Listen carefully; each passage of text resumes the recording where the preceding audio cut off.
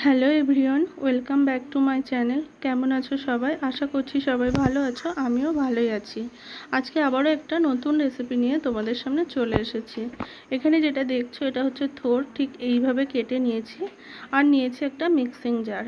এবার থোরগুলোকে আমি মিক্সিং জারের মধ্যে সবগুলোকে নিয়ে নিচ্ছি। নেওয়া হয়ে গেছে, সামান্য একটু জল দিলাম। এমনিতেই থোরে কিন্তু প্রচুর জল থাকে, সেই জন্য সামান্য একটু জল দিলাম যাতে স্মুথলি পেস্টটা খুব সহজেই হয়ে যায়, সেই জন্য। তো পেস্ট কিন্তু আমার হয়ে গেছে, ঠিক এই রকম হয়েছিল। আর থোড়ের পরিমাণটা কিন্তু আমার খুব বেশি নয়, অল্প পরিমাণে। তো বাটিতে দেখো এই যে এই পরিমাণ হয়েছে। এবার কড়াইয়ের মধ্যে পরিমাণ মতো তেল দিলাম, যতটুকু আমার থোড় সেই পরিমাণে আমি তেল দিয়ে দিলাম, সর্ষের তেল। আর সর্ষের তেলের মধ্যে দুটো শুকনো লঙ্কা আর কিছুটা পরিমাণ কালো জিরে দিয়ে দিলাম। আর এই সময় কিন্তু গ্যাসের ফ্লেমটা একদমই লোতে থাকবে, থেকে আমি শুকনো লঙ্কা আর কালো জিরের টা একদম হালকা আছে, অল্প আছে, ভালোভাবে কিন্তু নেড়ে চেড়ে নিচ্ছি।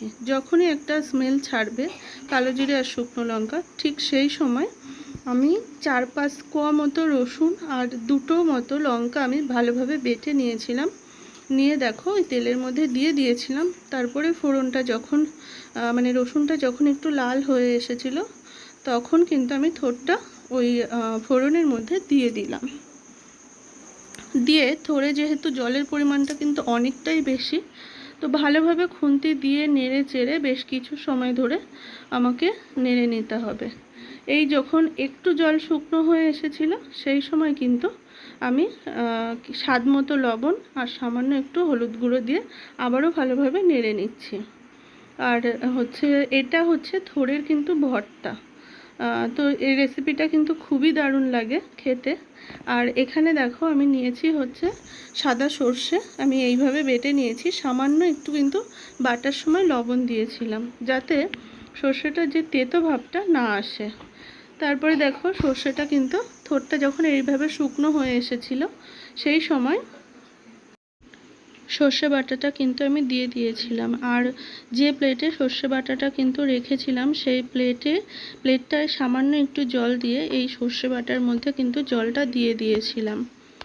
এরপর সামান্য একটু টেস্টটা ব্যালেন্সের জন্য কিন্তু আমি সামান্য একটু চিনি দিয়েছিলাম।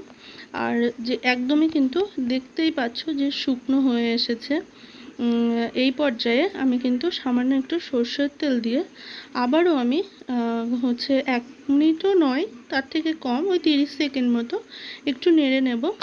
নেড়ে নিলেই একদমই রেডি হয়ে যাবে আজকের রেসিপি থোড় ভর্তা। আর এটা একদমই পরিবেশনের জন্য কিন্তু রেডি হয়ে গেছে। ঠিক এই রকম গরম ভাতের সাথে এই রেসিপিটা কিন্তু দারুণ লাগে, তোমরা একবার ট্রাই করে দেখো। রেসিপিটা কেমন লাগলো অবশ্যই আমাকে কমেন্ট করে জানিও। ভালো লাগলে অবশ্যই লাইক, কমেন্ট, শেয়ার এবং সাবস্ক্রাইব করে